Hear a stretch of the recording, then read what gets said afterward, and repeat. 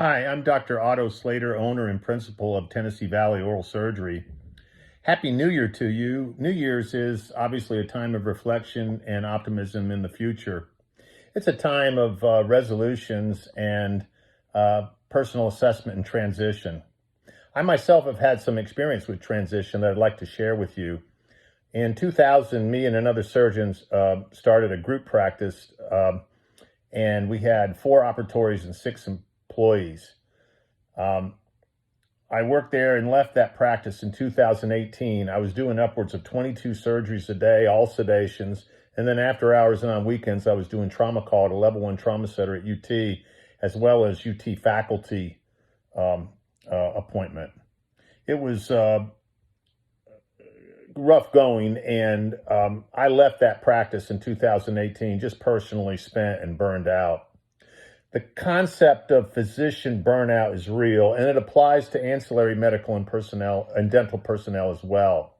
In 2017, the World Health Organization, every year they put out an annual initiative for emphasis. They put out 2 that year. One was the opioid crisis, of course, but the other was physician burnout. It's a real phenomenon. So ancillary personnel really need to look closely at that. And I myself was guilty of not, and so I suffered from my own personal care.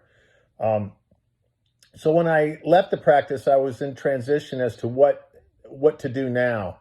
And I had always wanted to establish a high-end restorative practice, work fewer cases and more higher quality oriented. So I started Tennessee Valley Oral Surgery in March of 2020. Not a week later, the governor shut us down with pain and swelling strictly as criteria. So I was freaking out. Boy, that's the businessman of the year in that startup, wasn't it? But you know something? The conventional wisdom that I was going to go bankrupt, but all of my dental assistants, to a person, none of them went on relief, which was a good thing because they didn't qualify for PEPE. And we all stuck it out, and we saw patients for about 3 months strictly for pain and swelling. And you know something? That was a blessing to me because it established referral patterns that hold to this day, because I was one of the only oral surgeons that stayed open in a crisis and helped my general colleagues out. I picked up an associate, Dr. Kelsey Lepore, in August of last year, and then in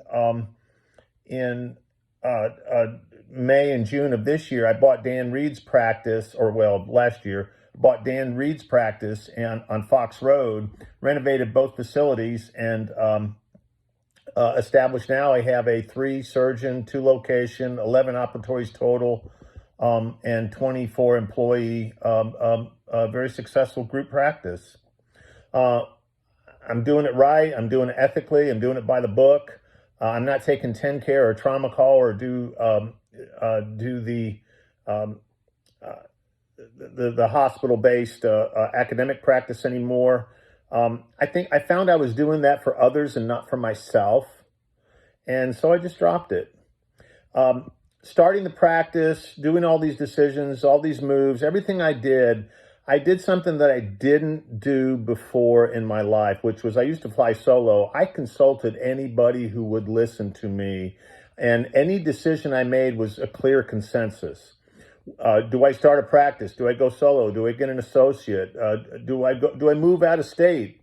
All of these I consulted with my wife, my pastor, my dental colleagues, my friends, my accountant, anybody who listened to me, I asked them. And I always achieved clear consensus that on that was a way to go. And that established confidence in myself, and it allowed me to move forward with clear thought and grounded in confidence.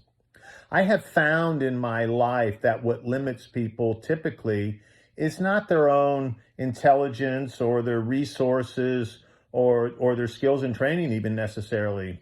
What typically limits people is their own perception as to what is possible.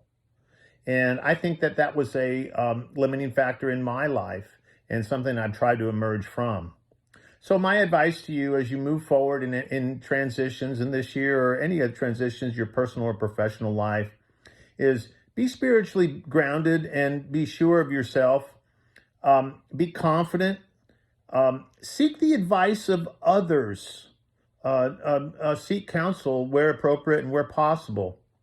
And most importantly, have confidence in yourself and go for it. Happy New Year.